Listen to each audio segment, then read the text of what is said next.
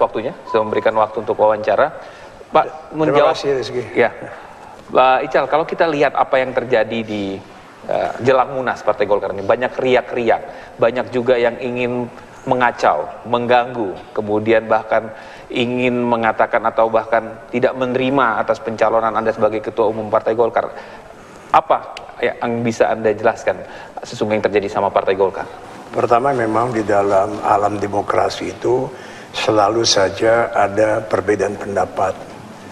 Perbedaan pendapat itulah yang harus diselesaikan berdasarkan aturan main yang diatur dalam anggaran dasar dan anggaran rumah tangga. Berdasarkan itulah maka kita melakukan negosiasi, meyakinkan, berdebat dan sebagainya, sampai diambil satu keputusan dari satu instansi yang ada, yang kita lakukan pada saat itu. Selalu sebelum Munas itu selalu ada. Di dalam Munas juga bakal ada perdebatan-perdebatan. Hanya yang saya sayangkan bahwa dalam waktu seperti sekarang ini masih saja ada yang mencoba membawa satu kekuatan yang berada di luar Partai Golkar untuk masuk dan mengacaukan satu rapat resmi dari Partai Golkar, rapat resmi dari DPP Partai Golkar. Nah, inilah yang saya kira tidak perlu terjadi, dan saya harapkan bahwa ini terakhir terjadi di dalam sejarah Partai Golkar sekarang ini. Adalah tidak elok kalau misalnya satu perdebatan yang ada di dalam satu ruangan khusus dan ruangan yang resmi kemudian dikacaukan oleh sekelompok orang yang datang menerobos ke sana. Tetapi itulah perdebatan itu, kalau berbicara perdebatan saya kira itu baik, itu demokrasi. Demokrasi.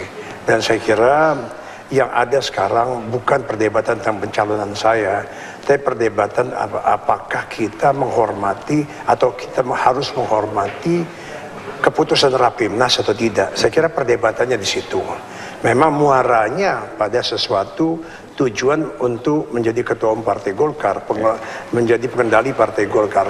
Tetapi sebetulnya pertanyaannya yang diperdebatkan, apakah kita perlu menghormati keputusan Rapimnas? Saya selalu mengatakan bahwa Rapimnas itu adalah satu pengambil keputusan tertinggi di bawah Munas, instansi yang tertinggi di bawah Munas. Jadi kalau Rapimnas menentukan sesuatu, tentu DPP Partai Golkar harus, dan semua anggota Partai Golkar harus mentaati satu keputusan yang dilakukan oleh Rapimnas. Keputusan Rapimnas hanya bisa dibatalkan oleh Rapimnas berikutnya atau oleh Munas yang dilakukan itu. Karena itu perdebatan mengenai apakah kita perlu menghormati keputusan Rapimnas selayaknya tidak ada perdebatan lagi. Karena memang kalau Rapimnas memutuskan sesuatu, dia mengikat kepada organisasi. Oke, tadi sempat di pleno itu Januari 2015 Pak untuk Munasnya. Kemudian di pleno Rapimnas tanggal 13. Betul, Oktober. Kemudian Rapimnasnya Rapimnas memutuskan tanggal 30 Oktober. Kenapa itu Pak jadi berubah? Jadi memang ada satu kepentingan dalam melakukan sesuatu kerja-kerja politik ke depan. Kita mengharapkan bahwa kerja-kerja politik ke depan dapat diputuskan oleh DPP, yang kita mulai kerja-kerja politik itu pada bulan Januari, diputuskan oleh DPP agar semua aparat Partai Golkar termasuk fraksi Partai Golkar dapat menjalankannya dengan benar sesuai dengan keputusan DPP. Misalnya tentang mengenai masalah tentang satu pemilihan kepala daerah. Masalah kemudian mengenai masalah lain yang berkaitan dengan satu, apakah menteri tidak harus, sekarang lagi populer, apakah menteri tidak harus datang ke DPR, ya, mengenai hal itu, mengenai kenaikan daripada BBM, harus ada sikap dari Partai Golkar yang harus ditelurkan pada bulan Januari ini, pada waktu masa sidang pertama. Itu kepentingan yang diucapkan oleh pemegang hak suara, yaitu daerah. Gitu.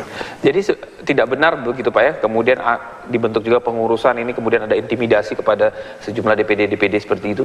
Saya kira intimidasi itu tidak pernah ada.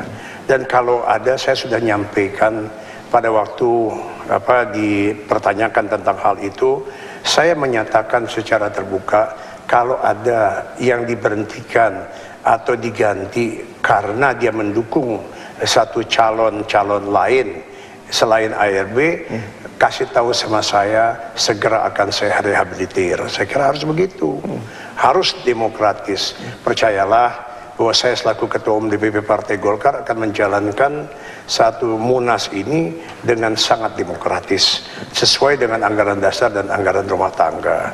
Tentu demokratis tidak berarti bahwa kita menabrak aturan anggaran dasar, anggaran rumah tangga.